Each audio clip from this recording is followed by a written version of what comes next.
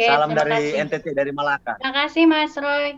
Eh, Ponda mungkin ini satu pertanyaan dari tadi soal. Jadi sebenarnya patriarki itu ketidakharmonisan atau ketidakseimbangan gitu ya. Nah kalau tadi Mbak apa dari dua pandangan itu mungkin apakah dari sudut pandang bukunya Ponda gimana gitu? Eh, ketidakseimbangan atau tidak apa tadi Kak? Sorry. Ketidakharmonisan kalau Oh, struktur patriarki yang istilahnya ya. dipermasalahkan oleh para yang Ah, melahirkan ekofeminis itu gitu. ah, kalau dari ekofeminisme sih melihat bahwa patriarki ini membuat tidak eh, ketidakadilan, malah ketidakadilan nggak usah bilang. Jadi seakan-akan urusan alam itu hanya menjadi urusan perempuan, itu kan jadi dikotomi. Jadi ada ketidakharmonisan di sini sih, ada ketidakseimbangan, sorry, ada ketidakseimbangan di sini. eh, Seakan-akan alam itu kan dilawankan dengan apa namanya, budaya. Jadi alam itu urusannya perempuan, sedangkan budaya itu urusannya laki-laki. Jadi kemajuan budaya, apa namanya, kemajuan teknologi itu ya hasil karya laki-laki, hasil karya manusia gitu kan. Tapi sedangkan urusan apa namanya, perempuan, apa urusan alam, urusan yang tidak bergerak dengan cepat, sesuatu yang lamban, itu tuh urusannya ada di perempuan. Jadi ini sebenarnya perkara dikotomi yang akhirnya uh, membelah gitu, membelah seakan-akan ya kalau berkaitan alam ya udah tugasnya perempuan, laki-laki nggak berhak untuk ikut campur gitu kan. Jadi ada ketidakseimbangan di sini. Tapi tadi menanggapi tentang apa namanya, hubungan antara ekofeminisme ini tadi ya, kapan sih munculnya patriarki itu tadi. Saya suka penjelasan dari Bu Karlina, itu dari bukunya Engels tentang A History of Family, atau iya kayaknya itu. Jadi bagaimana ketika tribe ini, suku ini makin banyak jumlah penduduk ya, jumlah orangnya. Terus ini bingung dong, dari generasi tua mau mewariskan ke generasi laki-laki. Itu siapa yang mau, garis mana yang mau dipakai? Karena perempuan waktu itu bisa hamil dengan laki-laki siapapun. Nah, eh, gimana caranya untuk mewariskan? Jadi ini tentang hukum warisan. Waktu itu Bu Karlina bercerita. Ya, akhirnya digunakan garis laki-laki. Biar gampang nih. Kalau kalau perempuan dia hamil sama laki-laki yang mana, itu kan jelas berarti ini anak laki-laki ini, bukan anak laki-laki yang lain gitu kan. Nah, si laki-laki ini yang akhirnya memiliki harta harta benda untuk diturunkan pada anak-anaknya. Kalau perempuan yang memiliki harta bendanya, ini bingung nih nanti akan diturunkan ini karena si perempuan ini punya anak dari laki-laki yang mana kayak gitu. Nah, ini yang akhirnya menjadikan yang awalnya matrilineal itu jadi patrilineal. Itu penjelasan Bu Karlina dan sayang sekali saya belum sempat baca bukunya. Jadi saya nggak bisa menjelaskan panjang lebar tentang gimana isinya. Tapi menurut saya ya itu titik awal gimana ceritanya dari yang, eh, kalau kita lihat dari budaya yang awalnya Syaman itu bagaimana perempuan itu sebagai kepala suku, kok sekarang itu kepala suku itu biasanya identiknya dengan laki-laki. Seperti itu sih kalau yang waktu itu kami membicarakan panjang lebar seperti itu. Oh, oke. Mungkin ke Kak Bu Nuraini. Dewi itu kayak Hmm, tadi kayaknya Bu chat Dewi ya. mau ada komentar ya, ada pertanyaan silahkan. Halo? Mas, masih di mute Bu Dewi, di unmute dulu.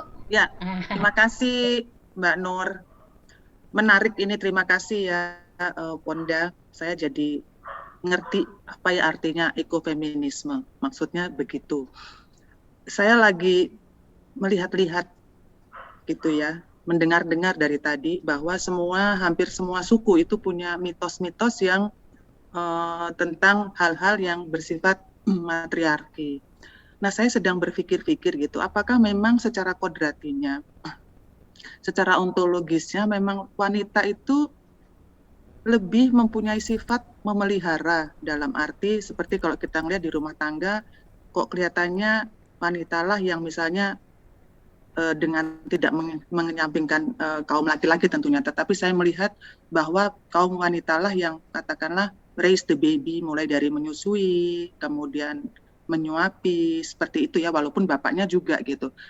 Nah, itu dari segi yang mininya. Kemudian saya tarik ke segi besarnya, itu kok sepertinya mungkin, apakah pemikiran saya ini benar gitu ya, saya mengamati apa yang dikatakan Ponda tadi, apakah memang secara naluriahnya itu demikian, bahwa wanitalah yang lebih punya sifat-sifat pemeliharaan itu dibandingkan kaum laki-laki. Itu aja sih Ponda. Terima kasih. Saya jawab ya Bu Dewi. Kalau ini pendapat pribadi ya, bukan pendapat ekofeminis ya. Iya. Kalau menurut saya sih iya, rata-rata perempuan itu punya jiwa yang lebih memelihara. Tapi saya juga nggak bisa bilang bahwa laki-laki lalu nggak punya jiwa memelihara. Iya, iya. Laki-laki sebenarnya juga memiliki jiwa memelihara. Pada dasarnya, laki-laki dan perempuan itu sama aja punya jiwa memelihara. Cuma karena desakan, kalau saya ini bahasa saya, karena desakan dari lingkungan itu yang akhirnya membentuk laki-laki itu akhirnya agak mengurangi gitu kan. Contohnya aja ketika ada laki-laki yang jadi bapak rumah tangga, kayak gitu. Kan sekarang udah umum ya, kalau kita bilang perempuan yang bekerja, laki-laki ya jadi ya. Oke, mereka dalam rumah tangga nggak ada masalah nih. Ya udah, saya menyadari benar bahwa saya gaji saya lebih kecil daripada istri saya. Biarkan istri saya bekerja, saya yang ngurusin anak gitu kan. Nah, tapi orang tua atau mertua malah yang rese nih gitu kan. Padahal yang rumah tangga yang jalanin baik-baik aja nih gitu kan. Nggak ada masalah. Iya, jadi kan artinya sebenarnya laki-laki juga bisa kok memelihara gitu kan. Laki-laki juga bisa kok masak gitu kan. MasterChef juga banyak kok yang juaranya itu laki-laki. Dari berapa season MasterChef di Indonesia itu yang kayaknya banyakan laki-laki daripada perempuannya gitu kan. Artinya kan sebenarnya urusan domestik itu nggak ada urusannya dengan gender gitu kan. Kalau anak-anak kita dari kecil meskipun laki-laki kita ajarin nyapu itu nggak ada masalah kok gitu. Tapi kan yang jadi masalah itu kan sosial, yang akhirnya membuat laki-laki itu jadi nggak mau untuk melakukan itu gitu kan. Gengsi ketika laki-laki, kok kamu mau sih jadi bapak rumah tangga? Rata-rata mereka akan memilih untuk menutup diri, maksudnya menutupi bahwa dia itu jadi bapak rumah tangga gitu kan, dari lingkungan, ataupun mereka memilih untuk menarik diri dari lingkungan pergaulan karena mereka itu hanya di rumah aja. Jadi sebenarnya kalau menurut saya nggak ada masalah dengan apakah hanya perempuan yang punya jiwa merawat, itu enggak. Sebenarnya itu enggak ada hubungan gender di sini, cuma karena memang kita itu terbiasa dengan patriarki, kita sudah mengiyakan, kita sudah terlalu sering melihat itu, jadi akhirnya kita sendiri nih yang merasa bahwa minder sendiri, gitu sih kalau menurut saya sih, kayak gitu. Jadi ada konstruksi masyarakat untuk membentuk seperti itu ya. Iya. Bahwa laki-laki malu kalau menjadi bapak rumah tangga, padahal sekarang sudah biasa aja gitu kan. Jadi ini sekedar sharing. Ada pernah suatu cerita gitu kan. Teman saya itu sekitar umur 40 tahun, punya 2 anak laki-laki. Dia itu cerita, saya kalau ngelihat anak saya pegang sapu, saya pukul. Saya tanya, loh, emang kenapa kalau anakmu itu pegang sapu? Kan dia baru pegang sapu. Ini belum sampai membersihkan lantai, baru pegang sapu gitu. Oh iya, anak laki-laki itu tidak diperbolehkan untuk memegang sapu. Kalau dia sekali memegang sapu, dia akan miskin. Itu mitos dari mana saya sampai ngomong gitu kan. Terus, iya, jadi saya punya kepercayaan bahwa laki-laki itu haram hukumnya untuk memegang pekerjaan rumah tangga. Yang boleh memegang pekerjaan rumah tangga itu hanya perempuan. Jadi saya itu sebelum punya menantu besoknya gitu kan, menantu saya harus saya tes kemampuan dia dalam rumah tangga itu seperti apa. Dia tidak boleh tuh yang kerja, kalaupun kerja ya dia harus kerja sebagai pegawainya suami saya gitu kan. Ya. Nah itu kan bentuk konstruksi sosial, bukan apakah anaknya itu sebenarnya kalau dia pegang sapu dia nyapu juga bisa kok. Saya yakin karena orang dia dididik dengan cara yang sama, maksudnya nyapu itu kan skill, bukan lagi perkara karena dalam tubuhnya dia nggak bisa, kan enggak, itu kan masalah skill. Seperti masak, kalau saya bilang masak itu juga skill gitu loh. Kamu mau laki-laki, kamu mau perempuan, kalau kamu lapar ya kamu harus bisa masak gitu kan. Apakah kalau sekarang kamu tinggal di kosan, kamu laki-laki, terus kamu harus mengharapkan bantuan perempuan? Kan enggak. Apalagi kalau kamu laki-laki sendirian, nggak punya pacar, nggak punya istri. Terus lu kelaparan dong, gitu kan? Artinya kan sebenarnya pekerjaan-pekerjaan yang selama ini kita lihat kacamata domestik dan umum itu, yang di luaran itu, ya nggak ada bedanya, yaitu hanya permasalahan konstruksi sosial yang selama ini kita iyakan. Itu aja sih kalau menurut saya, nggak ada urusan gitu. Ya saya nggak berani sih ngomongin waktu itu panjang lebar sama si tante ini daripada saya digilas, karena waktu itu saya naik mobilnya tantenya ini daripada saya diturunin tengah jalan, jadi mendingan saya iyain aja meskipun dalam hati saya dongkol gitu ya. Itu aja sih kira-kira. Bahkan ada salah satu suku di Indonesia, laki-laki itu tabu untuk pergi ke dapur. Ada yang seperti itu. Ya. Makasih Ponda. Sama-sama Ibu Dewi. Mbak Naya silakan. Iya Kak Naya, aduh. Ayo biar mendengar suaranya yang merdu. Iya, kan udah dikasih kecupan tuh Kak, tolong berkomentar.